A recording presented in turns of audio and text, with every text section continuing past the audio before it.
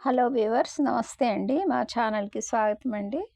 చూస్తున్నారు కదండి, lady fingers బెండకాయలండి. మనందరికీ తెలుసు.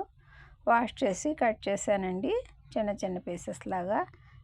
ఇప్పుడు మనం బెండకాయ కర్రీ తయారు చేద్దామండి. పెద్దల్లిపాయ, మసాలా సీడ్స్, కర్రీ లీవ్స్ ఆయిల్లో ఈ విధంగా ఫ్రై చేస్తున్నామండి. 1 నిమిషం పాటు ఈ విధంగా ఫ్రై చేసి అందులో మనం కట్ చేసుకున్న బెండకాయ పీసెస్ని యాడ్ చేద్దామండి. చూస్తున్నారు కదా, ఈ విధంగా బెండకాయ పీసెస్ని యాడ్ చేసామండి. వెరీ టేస్టీ హెల్తీ కర్రీ అండి.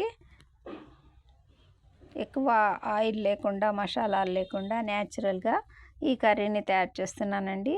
తప్పకుండా తిలకించండి వ్యూవర్స్.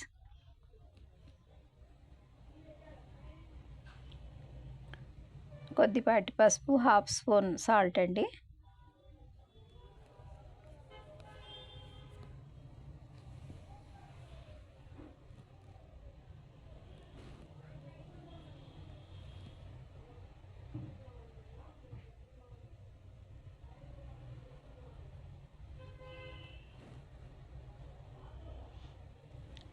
ఈ ఫ్రై అవుతున్న భెండి పీసెస్లో ఇవి యాడ్ చేసుకుందామండి.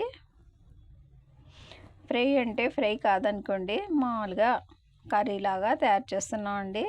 తక్కువ ఆయిల్తో ఆనియన్ పీసెస్, పోపు మసాలా సీడ్స్, కర్రీ లీవ్స్ అండి.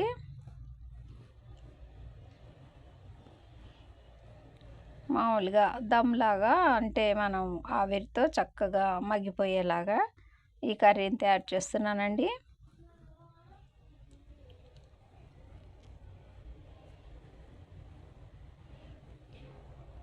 బెండకాయలు లేతగా ఉంటే ఈ కర్రీ చక్కగా కుదురుతుందండి.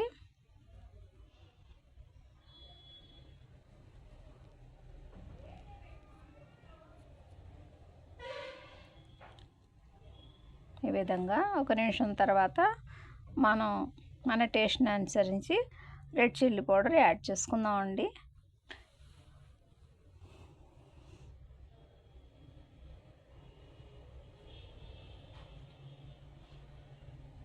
ఈ స్పూన్తో 1/2 spoon red chilli powder add చేశానండి నేను. ఇక ఇందులో మనం చేర్చాల్సినవి ఏమీ లేవండి. మీడియం ఫ్లేమ్ మీద ప్లేట్ కవర్తో ఈ బెండకాయలు చక్కగా మగ్గిపోతాయండి. మన కర్రీ రెడీ అండి.